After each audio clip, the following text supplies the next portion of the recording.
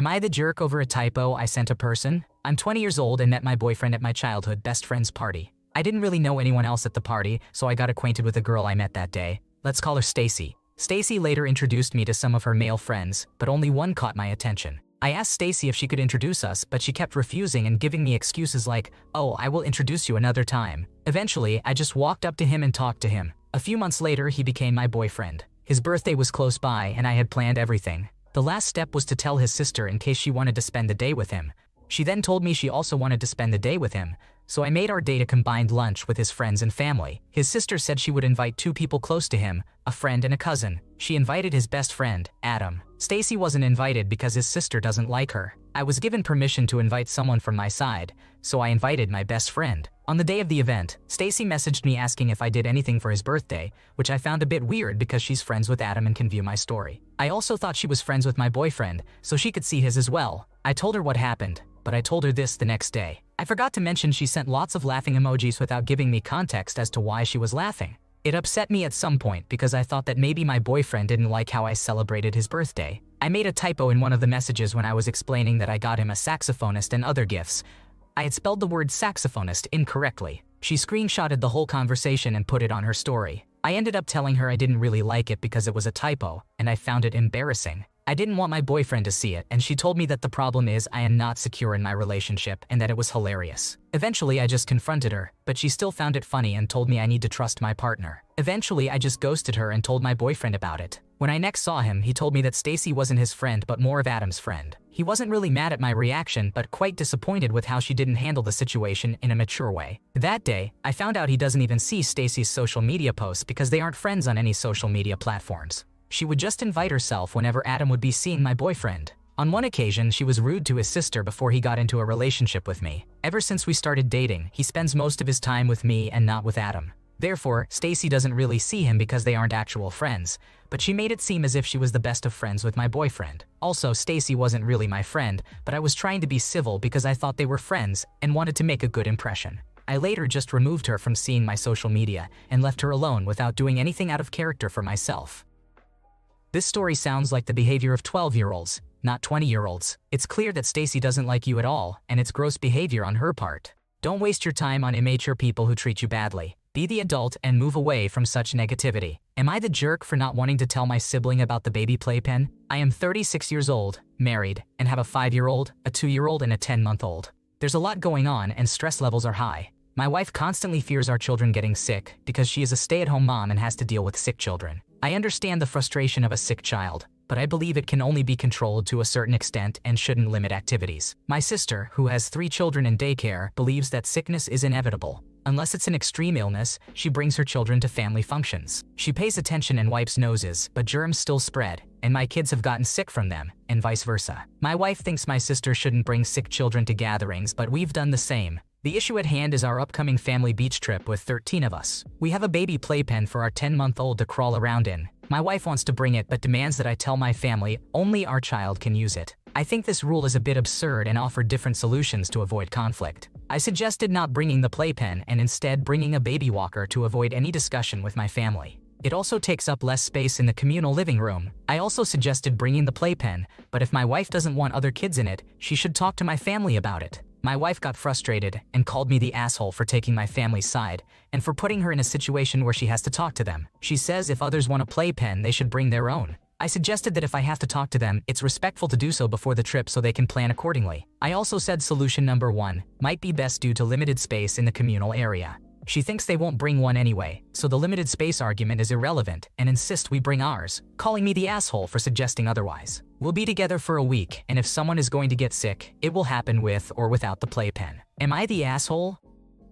You are not responsible for this. The playpen should stay in the bedroom you are staying in, so no one has to move around it during the entire vacation. The baby is 10 months old and should be spending very limited time in the playpen, with more focus on being watched and played with by the parents. If your wife wants a certain rule to be followed, she needs to be the one to express it. Am I the jerk for asking my friend's mom to reimburse me for the locksmith I had to pay for because they didn't tell me the door was going to lock behind me? I, a 23-year-old female, and my friend, a 23-year-old female, have been friends for a while. We'll call her Faith. We'll call her Mom Sticky. Sticky and Faith are going to Italy. They asked me if I want to house sit and take care of their 2 cats while they're away. They are both gone from the 5th to the 17th. I started staying with them about a week prior. Neither one of them mentions to me that their front door will lock behind you if you close it. Anytime I've left the house and the door locks, one of them was home and I assumed they locked it behind me. I never gave it a second thought because they have always been particular about this, being two ladies living alone. I've moved houses many times in my life, and I've never had a front door that will do that to me. So this wasn't common knowledge for me. My front door locks only when I lock it. You can probably guess what happened.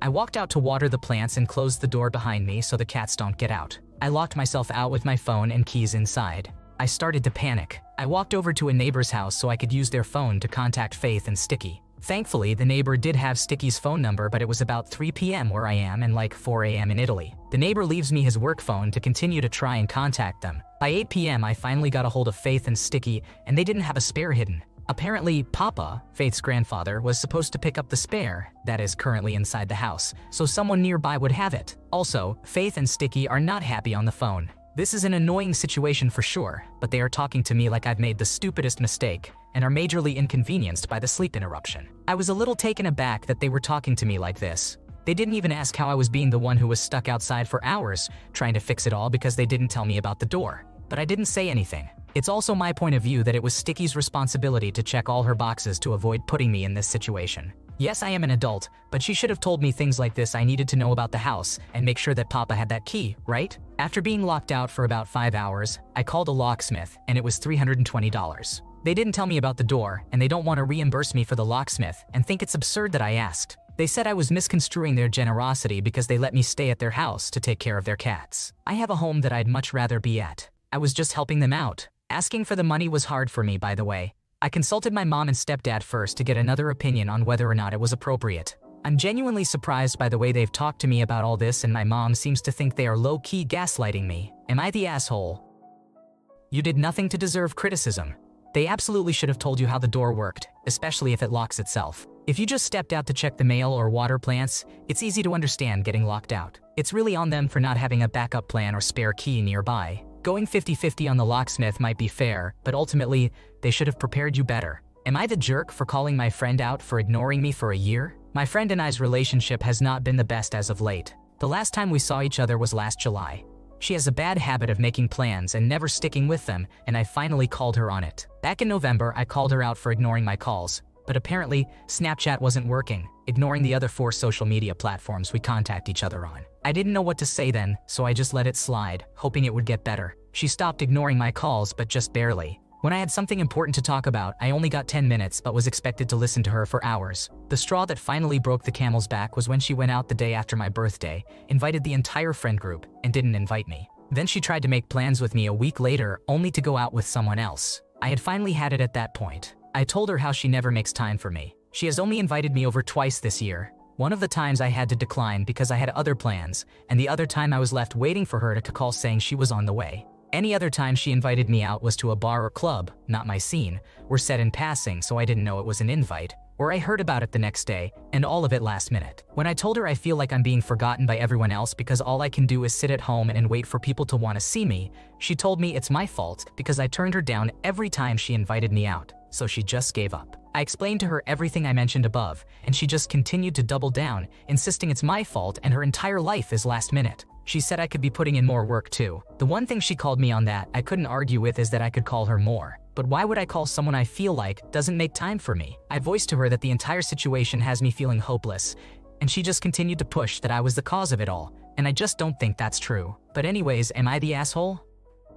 It seems like this isn't a healthy friendship dynamic at all. Some people really don't know how to be good friends to others, and it looks like this might be one of those cases. The amount of effort you're putting in compared to her is clearly uneven, and you deserve better than that. You haven't done anything wrong. Maybe it's time to reevaluate the relationship and think about whether it's worth the emotional toll. Am I the jerk for getting my niece's haircut without her parents' permission? My niece, who is 8 years old and whom we will call Jenny, lives 9 hours away from us and is visiting our family for the summer. Her mother, my sister Lexi, and her husband Jason are not the best parents and are honestly neglectful. They have 3 other young children. One of them is 6 years old, another is 4 years old, and the last one is 1 year old. The only boy is the 6-year-old. My niece Jenny is biracial, and Lexi is Caucasian. Lexi still does not know how to take care of Jenny's hair, even though it has been 8 years. Both Lexi and Jason rarely ever comb Jenny's hair, and it is almost always tangled. The 4-year-old also struggles with the same issue. The Department of Children and Family Services has been called on them before due to medical neglect. Lexi brought Jenny to my mother's house and told her that there was some tangling in Jenny's hair. She said that she hoped we could get it out. We found out that the entire midsection of Jenny's hair was completely matted. We attempted to get it out for days. Although we managed to get a little bit out, it was to no avail. We knew that the matting did not happen overnight. It had to have taken weeks or even months for it to get like that. We had not seen Jenny in over 8 months, so we had no idea it was that bad. We told Lexi and Jason that we could not get it out, so they suggested we take Jenny to a salon to get the matting out and offered to pay. I took Jenny to the salon and showed them the matting.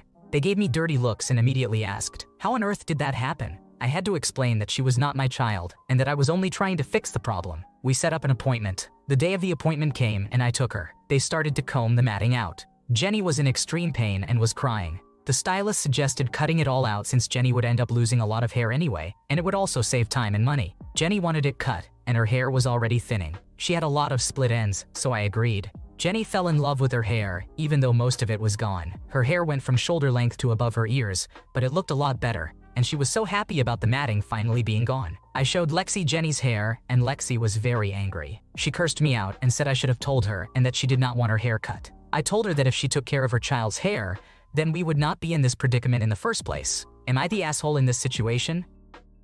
You are not the jerk at all. Jenny should not have had to cry in pain because Lexi wanted her to have long hair but couldn't be bothered to comb it for months. They gave you the responsibility and therefore the right to take care of her hair. Jenny is happy with her hair and the problem is solved. Am I the jerk for blowing my neighbor's firework debris into the street after the 4th of July? Backstory: 3 years ago, our neighbor across the street knocked loudly on our door at 11 p.m. to drop off a misdelivered package. I couldn't see who it was and was extremely frightened as I wasn't expecting anyone. Seeing as they wouldn't go away after more than 10 minutes, I called the police. When the police arrived, it was determined to be my neighbor, and I apologized profusely for the misunderstanding. Since that time, we've made up and we occasionally wave or have small talk in passing. I also avoid cutting my grass until they've moved their vehicles to avoid any debris hitting their cars at his request. Incident: on the 4th of July, my neighbors shot off fireworks for the first time since we moved in. They started on the curb touching my lawn where they parked their cars and burned a small spot on my grass. Realizing this, they watered the area and moved to the street. The next firework they shot off was bigger, and they ran onto my lawn when it ignited, but later they stayed on their side.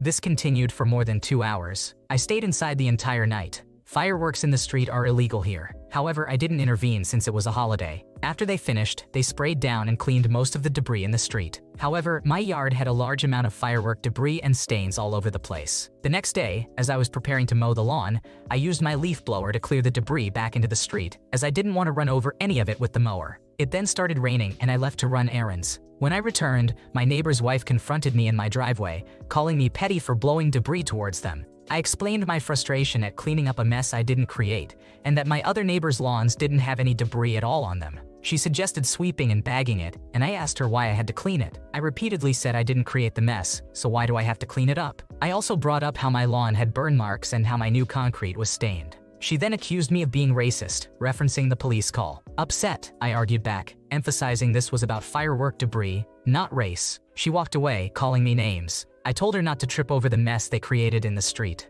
Aftermath: an hour later, a police officer arrived, responding to a complaint that we were shooting fireworks we didn't, and blowing debris into their yard. I showed him video from my camera proving they launched the fireworks, damaged my lawn, and how I cleaned the debris. The officer confirmed we did nothing wrong and advised us not to speak with them again. He talked to them briefly before leaving. I'm pretty upset and didn't anticipate this reaction from blowing debris into the street. While it might have been petty, I didn't blow it on their lawn and I didn't launch any of the fireworks. Am I the asshole?